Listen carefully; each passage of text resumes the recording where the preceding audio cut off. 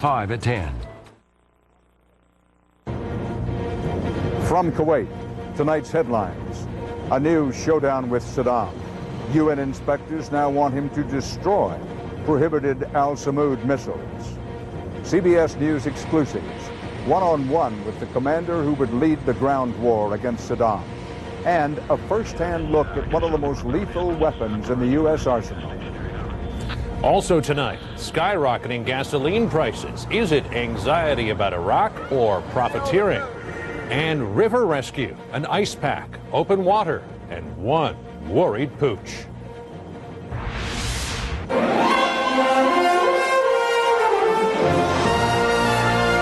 This is the CBS Evening News with Dan Rather reporting tonight from Kuwait and John Roberts in New York.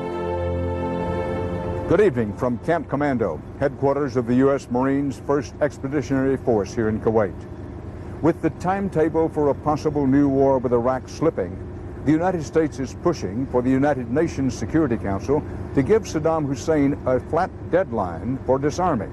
The White House said it will offer a draft resolution this week or next. Here are more of today's late developments. Chief UN Arms Inspector Hans Blix has decided Iraq should destroy its Al-Samud 2 missiles, which violate UN range limits. The United States and Turkey failed to agree on an aid package the Turks want in exchange for allowing U.S. ground troops to deploy on Turkish bases. NATO approved the deployment of defensive weapons in Turkey, including Patriot missiles. And Saddam told a Russian delegation he does not want war, but won't accept peace, quote, at any price. CBS's David Martin at the Pentagon begins tonight's coverage. A lone cargo ship offloaded U.S. military gear and construction equipment in a Turkish port today. But 5 more filled with war material for the U.S. Army's 4th Infantry Division had to steam in circles off the coast, while the American ambassador pressed Turkish officials to accept an American offer of $6 billion in aid in return for permission to bring in 40,000 troops to open up a northern front against Iraq. A total of 43 cargo ships carrying the 4th Infantry Division's equipment are now steaming toward Turkish ports. With each passing day, the backup of vessels waiting to unload grows, and the Pentagon's war schedule slips. Officials say these deployment delays, coming on top of all the political and diplomatic opposition the Bush administration has encountered, are pushing the possible start date of a war further and further into March. The impasse with Turkey could throw a major glitch into the battle plan and force all those ships loaded with the 4th Infantry Division's equipment to head south through the Suez Canal and unload in Kuwait. While the Pentagon is facing the prospect of having to rework its war plan, Chief UN Weapons Inspector Hans Blix is preparing to inform Iraq it must destroy one of its most prized possessions, a surface-to-surface missile that exceeds the maximum permitted range of 150 kilometers.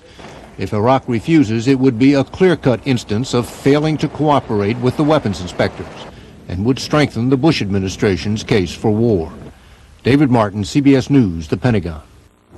In Baghdad today, Saddam insisted he does not want war with the United States, but said Iraq will fight if attacked.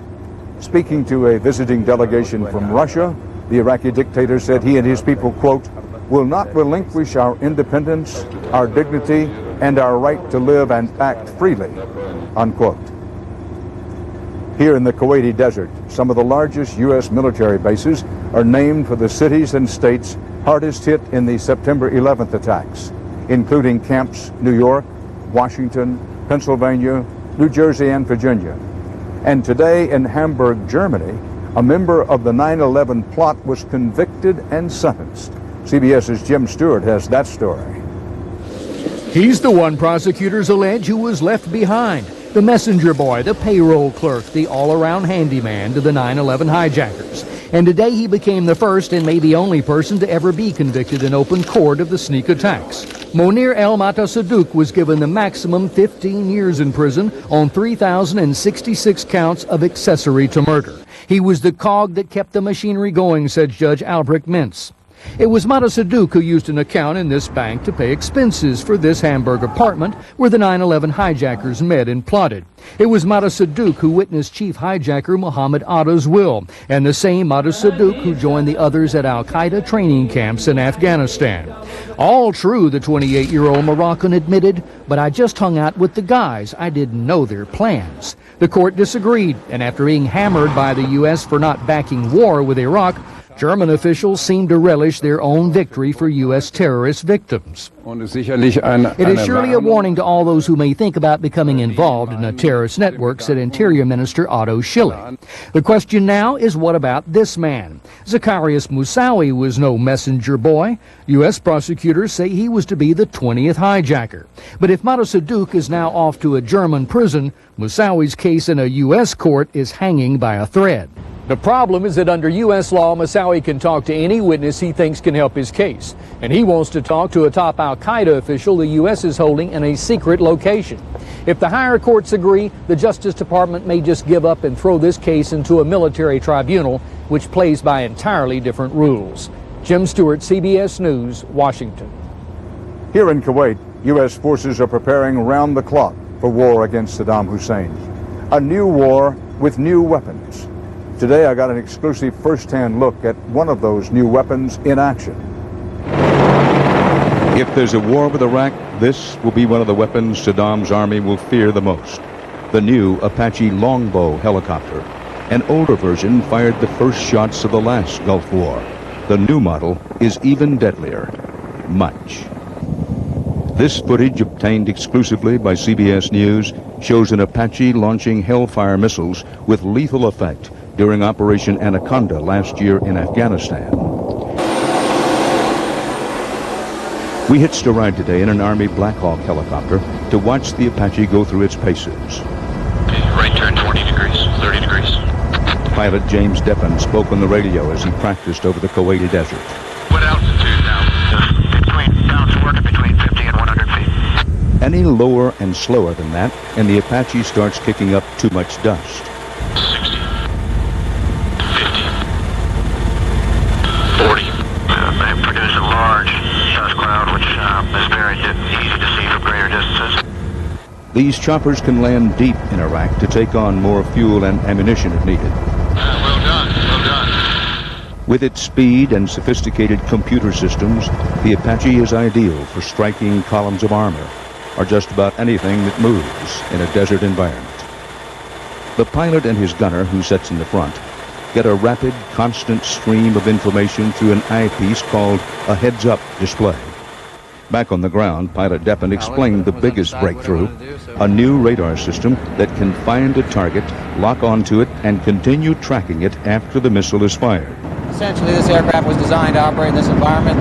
With that radar, with minimal contrast around the aircraft, in a desert environment, it'll pick up vehicles in a radius all around the helicopter. You talk about the electronics and radar-guided missilery, it just boggles the mind and raises the question, well, it may be great in training, but will it perform in combat? I guess we won't know until we get given that call and find out. Our visit with the troops here took a surprise turn for me today. I'll tell you about that later in the broadcast. But first, John Roberts, back at home, has some of the other news of the day. John? Thanks, Dan, and good evening from New York. An Iranian military transport plane crashed today, killing all 302 personnel on board. The Russian-built plane went down about 500 miles southeast of Tehran as it approached the Iranian city of Kerman. The cause of the crash is not known. Most of those on the plane were members of Iran's elite Revolutionary Guard. In this country, the Homeland Security Secretary went to the heartland to kick off a new public awareness campaign. In Cincinnati, Tom Ridge urged Americans to be ready for terror. Among his tips, have a plan in place so you can contact family members in an emergency. Also, a disaster kit with 3 days' worth of food, water, and medicine. And what about that duct tape and plastic sheeting? Ridge said, stash it away. Don't use it unless it's necessary. You may have noticed the numbers on the gas pump. The numbers that add up to what you pay are moving faster and faster as prices go higher and higher. Americans are now shelling out more on average for gasoline than any time since the summer of 2001. What's going on here? CBS's Sandra Hughes is where prices are the highest in the West. The latest spike in gasoline prices was met by angry protests in a Los Angeles neighborhood that could least afford it. We feel that profiteers are actually using war as a method to gouge us. In just the last week, the average price for gasoline increased more than 5 cents and reached a nationwide average of $1.66 a gallon, 54 cents higher than last year.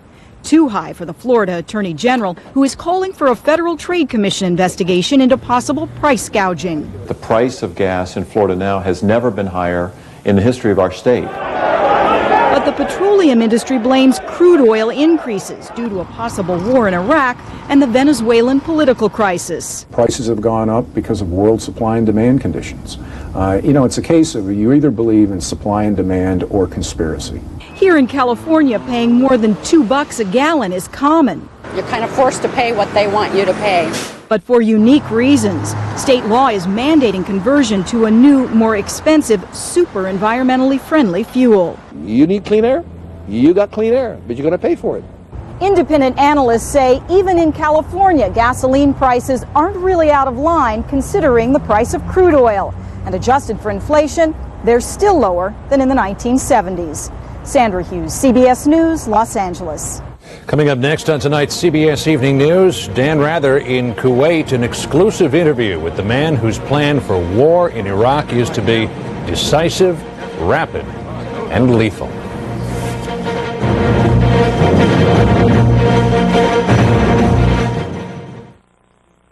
Marie Callender began every recipe the same way, with care. And her chicken pot pie was no exception. Marie used big tender chunks of juicy white meat chicken, farm-fresh vegetables, and a golden flaky crust she always made from scratch. Marie Callender put her heart into everything she made. And to this day, we're still making it Marie's way. Marie Callender's chicken pot pie has a delicious golden flaky crust that's still made from scratch in your grocer's freezer, made with the care of Marie. Okay, the charges. Bubba's Biker Bar, $471. Tattoo Town, $355. Leather Rama, $822. And the Motorcycle Pit, $720. Okay, that comes to $2,368. Perfect. That's what the bank put back in our account. Oh. Total security protection. Good. For stolen check cards. Free from Bank of America. Higher standards.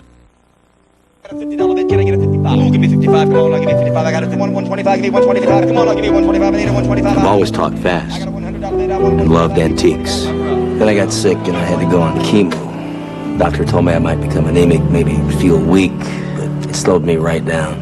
For the first time in 30 years, I was too tired to work. Time to go, Charlie. I had to get my strength back. I asked my doctor about Procrit. Procrit is for chemotherapy-related anemia in patients with most kinds of cancer. If you're on chemo and too tired to do the things you used to do, talk to your doctor about Procrit. Procrit helps rebuild red blood cells, and more red blood cells can mean more strength. It's good to see you, Charlie. Good to be back. Procrit is proven and safe. In studies, only diarrhea and edema occurred more often with Procrit than placebo. Okay, folks. Let's go. Call now and learn how Procrit can help you get back the strength you need. Your strength for living. Yep, I got 2 speeds. Fast and faster. What do I want in a Glade plug-in? Well, it'd be fresh. What about a nightlight? And an extra outlet? Perfect. Glade Plug-in's extra outlet nightlight. Plug it in, plug it in. Now that's a bright idea. There's a reason RE/MAX agents average more sales than other real estate agents. They want every transaction to be as perfect as possible. Can you fly? RE/MAX. Outstanding agents. Outstanding results. Back now at Camp Commando in Kuwait. This is a base for the U.S. Marines who take pride in being the few. But if and when U.S. forces strike north from here into Iraq, the Marines will have their role. But the Army will provide most of the ground troops and firepower. Today I talked with the Army's top field commander in an exclusive interview. American soldiers in Kuwait have been training near the Iraqi border for as much as 6 months. If they get the word to stab across the sand berms into Iraq, General Scott Wallace of 5th Corps will lead the U.S. Army troops. Well, it's your job to think almost every hour, if not every hour of every day, that if the command is to go, to invade Iraq, how to do it. Without giving away any secrets, what's the plan? The plan is to be decisive, rapid, lethal, give our potential adversary no edge that he can take advantage of, and hopefully bring all these soldiers home just like we brought them here. Do you absolutely positively have to have the ground bases in Turkey and have a northern front, or can you do it without it? We can do it without it. It is much more convenient, much more uncertain on the part of the enemy if we're coming from two directions, certainly. But I don't think any of us are wedded to having a Turkish option. One part of the operation, General Wallace says, is key.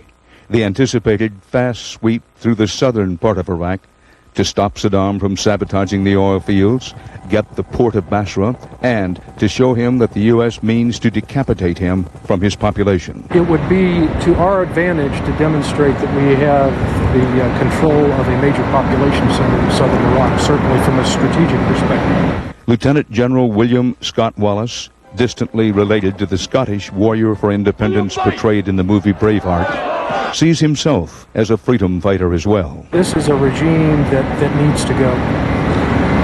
General, are you not suggesting, flat out saying, that yours, if war comes, is intended to be an army of liberation? This army is not here to occupy any country.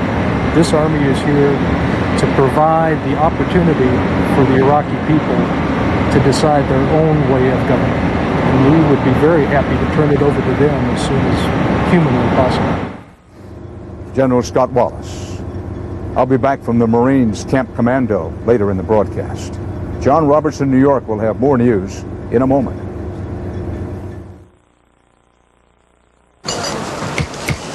I'll get this. Getting a really low rate on this card.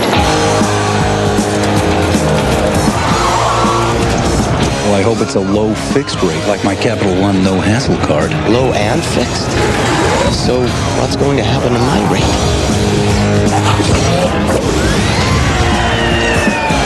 Get the Capital One no hassle card for the nation's lowest fixed rate and no balance transfer fees. What's in your wallet?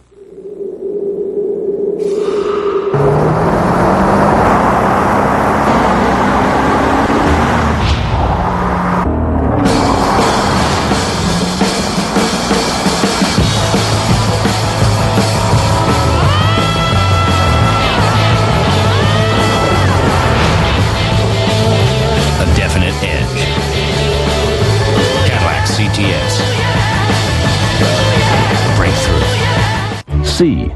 Move. Beat.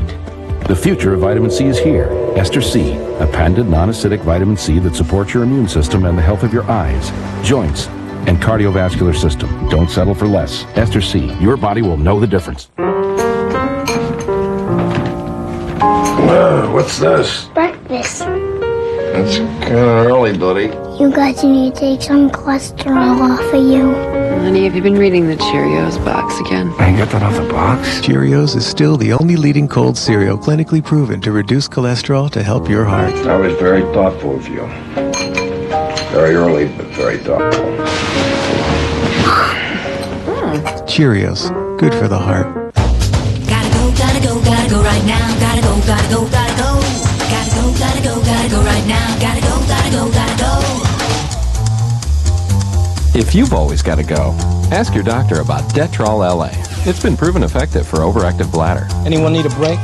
Not right now. You shouldn't take it if you have stomach, urinary, or glaucoma problems. The most common side effects are dry mouth, constipation, abdominal pain, and headache. And I don't have to go right now. Detrol LA. When you've always got to go. See it unfold. See it inspire. If you have an idea, a plan, a dream,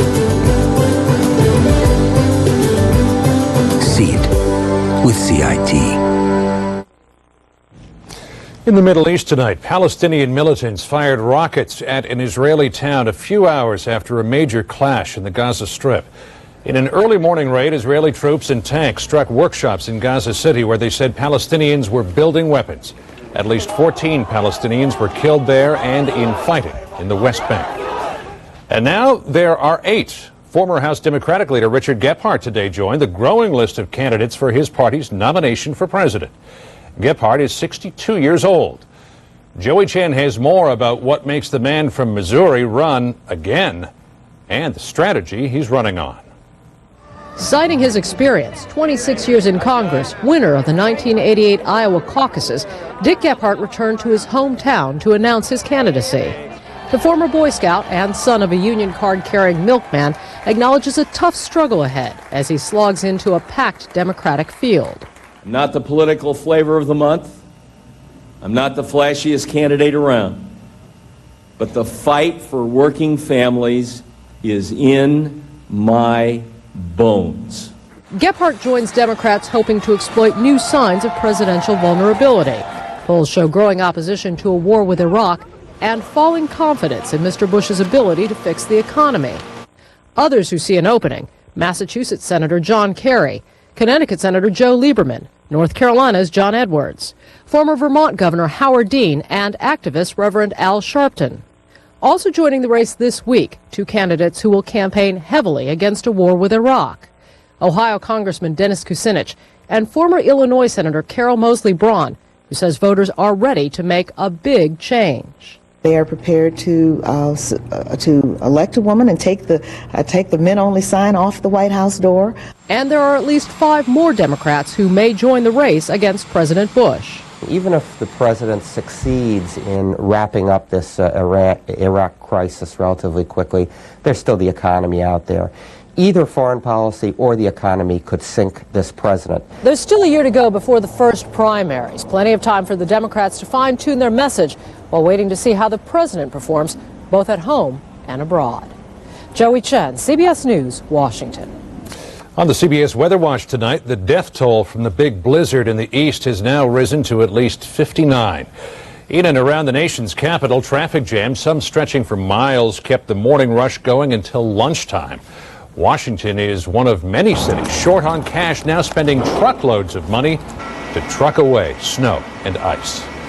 There is at least one ray of sunshine in an otherwise cold world of disasters, natural and man-made. In New Jersey, Lee Cowan has the tale of a dog that will warm a lot of human hearts. From a shrinking block of ice, the world can look pretty hopeless. From the shore, it didn't look much better. No one knew his name. No one knew how he got there, but there he was, a young pup captaining an iceberg, slowly out to sea. As we got closer to the dog, the ice floes were moving. It was pulling us away. Fireman Tom McDermott wasn't even supposed to be working today. So I have 2 dogs at home, and my jacket smells like a dog. So I figured it would calm the dog down a little bit. It worked. Finally, the mutt made his move. There you go. Nice. From the cold of an ice floe to the heat of the spotlight. Okay? Safe and sound, and looking for a home. The leading candidate? If nobody claims the dog, I got 2 at home. Hopefully he gets along with mine too. His off-duty hero. Lee Cowan, CBS News, Newark, New Jersey. And coming up next on tonight's CBS Evening News, Dan Rather in Kuwait has something of a surprise ending to our broadcast tonight. Yes, sir. Thanks. Oh, well, we've worked too long and hard to let a bad market postpone our retirement. Will you have enough income to maintain your lifestyle? We've done the proper planning. Yes. Oh, and Merrill Lynch financial advisors looking beyond 401ks and IRAs to mortgages, insurance. Protected growth investments. These days you have to. Are you confident with Merrill Lynch? You bet. Most definitely.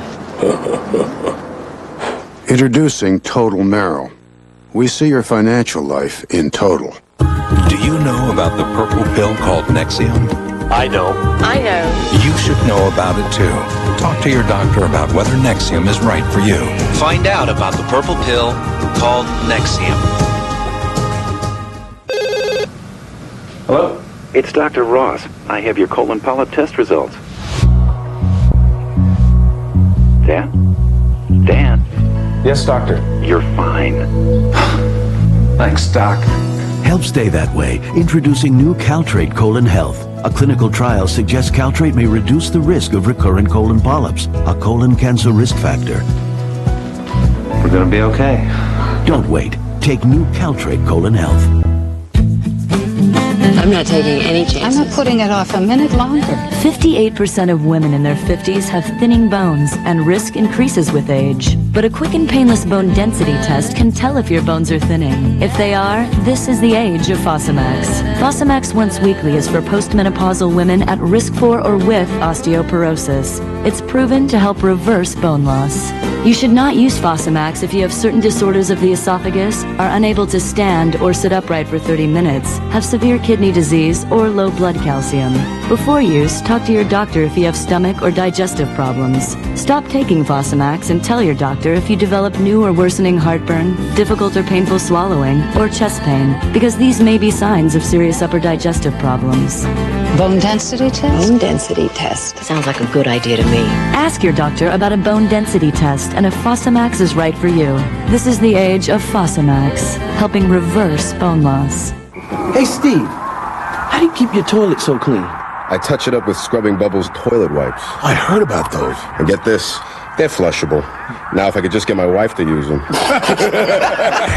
Scrubbing Bubbles toilet wipes. Coming up tonight on News Channel 5 at 6, a former dance instructor at a local high school has been arrested and charged with raping one of his students. That and more tonight at 6.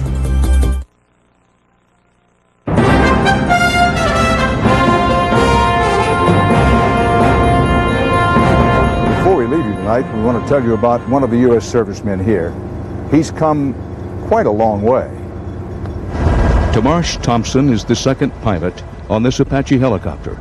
Today, his job includes launching Hellfire missiles in battle. Not that long ago, he was raising hell back home in Texas. When he was 15, he got caught trying to steal a car in Fort Worth.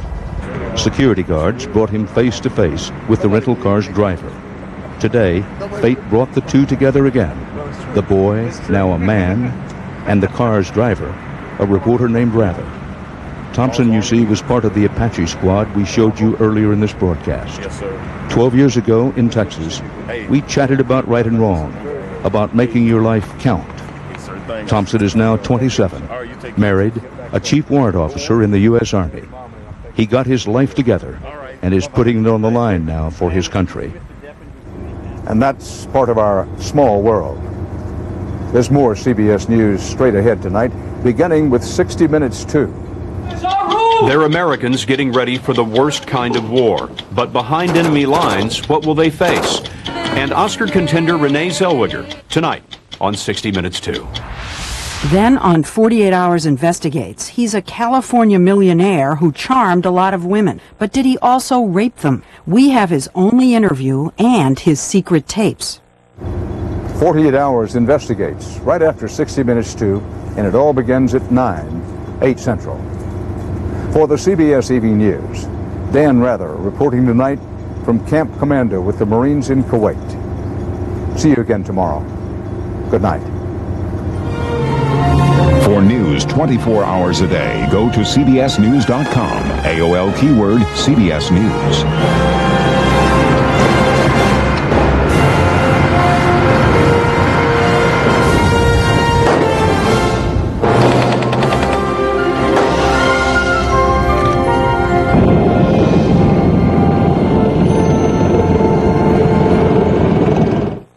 Profile of Courage, Dan Rather has another report tomorrow.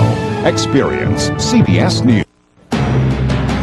From your news and information leader, this is News Channel 5 at 6 with Chris Clark and Vicki Yates. Good evening. A former dance instructor is in jail tonight, charged with rape. Metro Police say the victim was a young student at Overton High School. News Channel 5's Barry Simmons is live at the Criminal Justice Center. Barry, when did this happen? Well, Chris, police arrested him this morning, actually, for a rape that occurred last night. Police say 22-year-old Joshua Blackburn was in a